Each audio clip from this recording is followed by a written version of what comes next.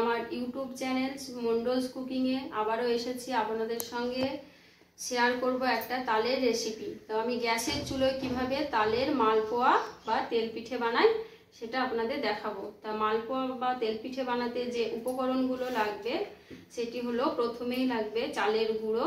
পরিমাণ মতো আমি চালের গুঁড়ো নিয়েছি এবং কিছু পরিমাণ তালের রস নিয়েছি, আর নিয়েছি চিনি, 1 কাপ মতো সুজি, কালো জিরে, 1 চিমটে লবণ, আর নিয়েছি কিছু কাঁচা বাদাম। তো এই কাঁচা বাদামটা আমি হালকাভাবে ভেজে খোসাটা ছাড়িয়ে একটু ব্লেন্ডারে হালকাভাবে ব্লেন্ড করে নেব।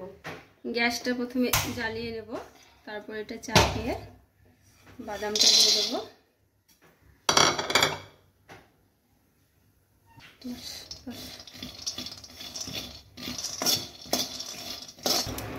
এবার আমার ভাজা হয়ে গেছে, গ্যাসটা বন্ধ করে দেব। দেখুন বাদামগুলো ভেজে খোসাগুলো ছাড়িয়ে নিলাম। এবার আমি ব্লেন্ডারে হালকা করে ব্লেন্ড করে নেব। আমার বাদামগুলো ব্লেন্ড করা হয়ে গেছে, এবার এগুলো একটু রাখবো, দিয়ে এবার আমি তারপর চালের গুঁড়োটা দিয়ে দেবো, হাত দিয়ে মেখে চালের গুঁড়ো এবং সুজিটা দিয়ে দিলাম।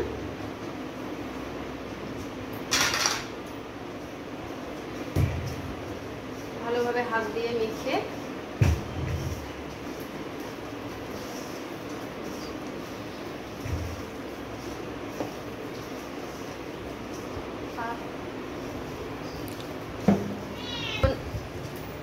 মাখিয়ে ভালোভাবে, যেমন পুরোপুরি আটার সঙ্গে তালের রসটা মেখে যায়।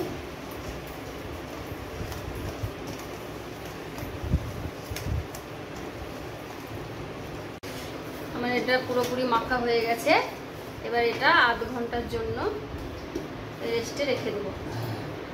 এটা আধ ঘন্টার জন্য রেস্টে, আধ ঘন্টা থাকার পর এবার এটা আমি তুললাম। দেখুন কত নরম হয়ে গেছে। এটা এবার 10 মিনিট মালিশ দেবো, 10 মিনিট মালিশ দেবো। এবার এটা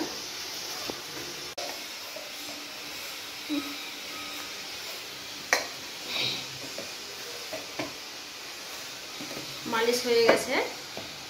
এবার আমি লবণটা দিয়ে দেবো, সামান্য পরিমাণ লবণ দিয়ে দেবো একটু।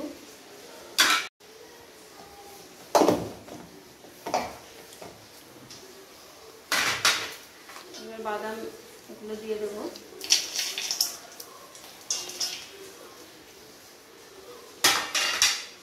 কালো জিরে দিয়ে দেবো,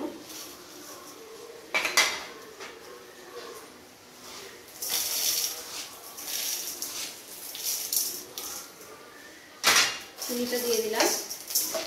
এবার মালিশ দেবো।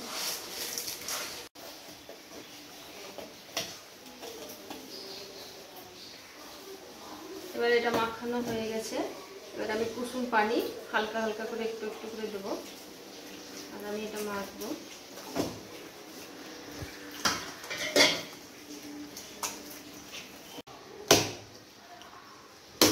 এমনিভাবে 2-1 বার ফাটিয়ে নিতে হবে। ভালোভাবে মাখা হয়ে গেছে। এবার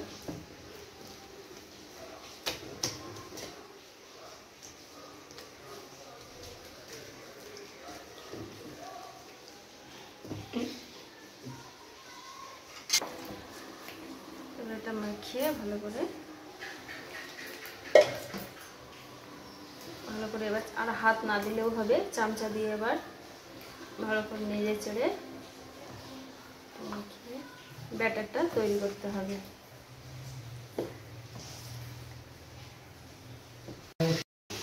আমার মালপোয়া বা তেলপিঠে বানানোর জন্য ব্যাটার রেডি হয়ে গেছে। এবার মালপোয়াগুলো তেলে একটা একটা করে ভাজবো। এবার গ্যাসের চুলোটা জ্বালিয়ে দিই, কড়াইয়ে তেলটা বসিয়ে দিয়েছি। এবার গ্যাসের চুলোটা জ্বালিয়ে দেব, তেলটা গরম হয়ে যায়।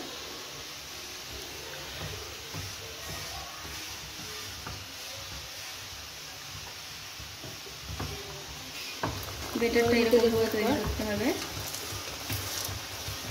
এটা বানা খুব সহজ, সহজেই বানানো যায়। একটু এটা এবার তুলে নেব। হয়ে গেছে এটা।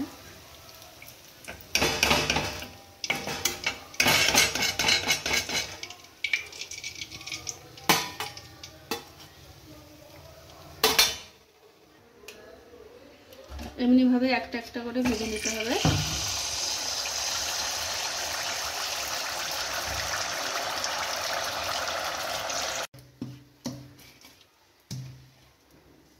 একটা একটা করে আমার সব পিঠেগুলো ভাজা হয়ে গেল।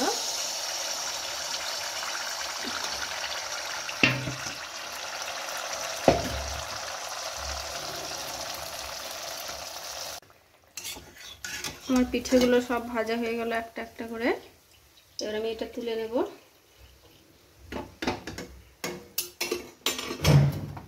এই দেখুন সব ভাজা হয়ে গেছে।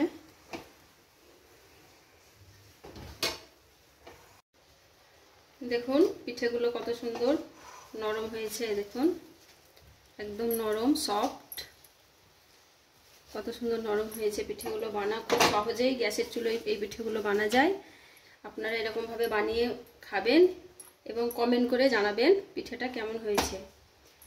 এবং নেক্সট ভিডিও আপনারা কিসের রান্না দেখতে চান সেটা কমেন্ট করে জানাবেন।